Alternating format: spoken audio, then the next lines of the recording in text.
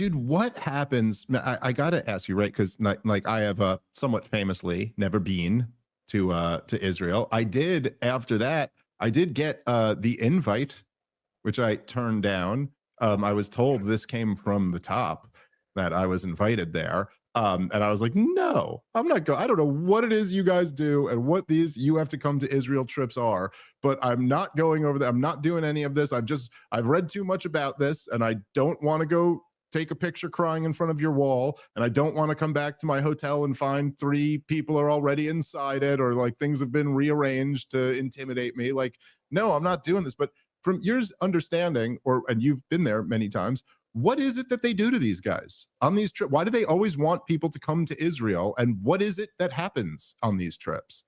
Well, first, this is our first time talking, so I would say I would really urge you to go. Just fly in there, fly to Ben Gurion International Airport, get out and just see it as a tourist, and then go to Jerusalem, go to East Jerusalem, see how Palestinians live. You can just walk right in there. And I can tell you what bus to take from there for $2 into Ramallah, and you'll go through the apartheid wall, and then you'll be in occupied Palestinian territory, and you can just see it all for yourself. And I really recommend everyone do that. And there are various ways to make contact with local activists and NGOs, even Breaking the Silence, the former Israeli soldiers NGO will take you on a tour of occupied Hebron in the West Bank and show you what they had to do there as soldiers. And I think that's all you really need to see to understand apartheid, is to go to H2 in Hebron, which is an entire part of a Palestinian city that has been sectioned off for some of the most fanatical genocidal settlers. And Shahada Street, which goes through the middle of H2, is a Jews-only street. There are actually signs that tell you where Palestinians can walk and where Jews can walk. And you can go there and see that yourself. And you can talk to the soldiers who are there on duty.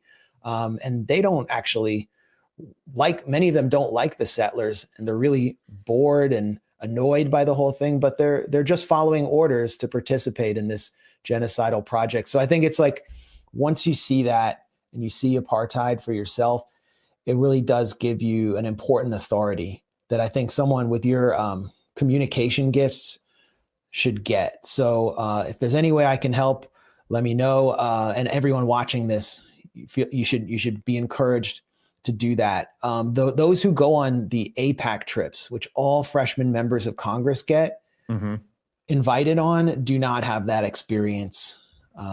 And I personally had a similar experience because I went on Birthright Israel when I was much younger and was just starting to explore this issue, and sort of I would characterize my mentality at that point in my life when I was 22 years old as liberal Zionist. After returning, I shifted permanently against Zionism because I started paying closer attention to what was happening. The Second Intifada began, but we were like wined and dined. There was very little sleep. It was like an electrifying experience. There was so much group camaraderie. On the Birthright trip, it's also this gigantic sex vacation.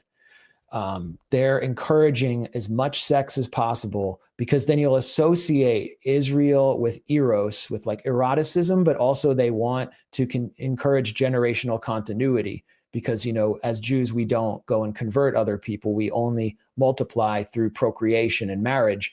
And it really they openly encourage you to get drunk and push you into like party spaces. I did a video about this I think it's called Ziowana for the Real News Network, where I went back and covered as a journalist a Birthright mega event that Netanyahu spoke to. All the big billionaire donors were there. What's his name? Michael Steinhardt, who's one of the biggest Zionist donors in the US, told me, I said, do you want them all to get married? Is that why you're doing this? And he said, not just married, they should just do it tonight. Like get them in bed tonight. It was like sick. And then they literally push him into a nightclub setting. And like some of the soldiers are like there, like young, attractive female and male soldiers will start dancing with them. And like, I would see that take place. The last night of my Birthright trip, I was like exhausted. and I woke up and like there was a knock on my door, and a young woman had just come to the door from who I'd never met before, and she was just like offering herself up. And I mean, you know, maybe some people watching this will laugh at me, but I just shut the door and went back to sleep. I woke up later that night, and my roommate it was on the balcony looking out over the Dome of the Rock, getting a hand job. I'm like, what the hell is going on here? And, you know, the freshman members of Congress, there's like a famous story or infamous story that I think even Politico reported, where they all got so drunk in Tiberias, at Lake Tiberias, in Tiberias, the city of Tiberias in northern Israel, that they took off their clothes, and at least one member of Congress took off his clothes, Ben Quayle, who was the son of former Vice President Dan Quayle, and jumped into the Sea of Galilee. And they just had this drunken kind of like midnight swim. That's what they're doing to them as well. And then, you know, a lot of them are like used car salesmen from suburban Texas who could have never gone to Israel, who have these Christian Zionist biblical beliefs, and they believe, and they're taken on a free trip to see the land of the Bible. Palestinians don't even exist in their mind.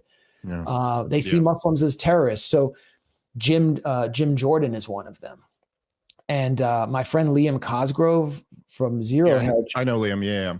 He was interviewing Jim Jordan. I just was like standing next to him while he was interviewing him at this this kind of like weird conservative press gaggle where like young members of different Republican members of Congress could engage with different conservative media outlets. And I was kind of tagging along, waiting for Randy Fine to walk in.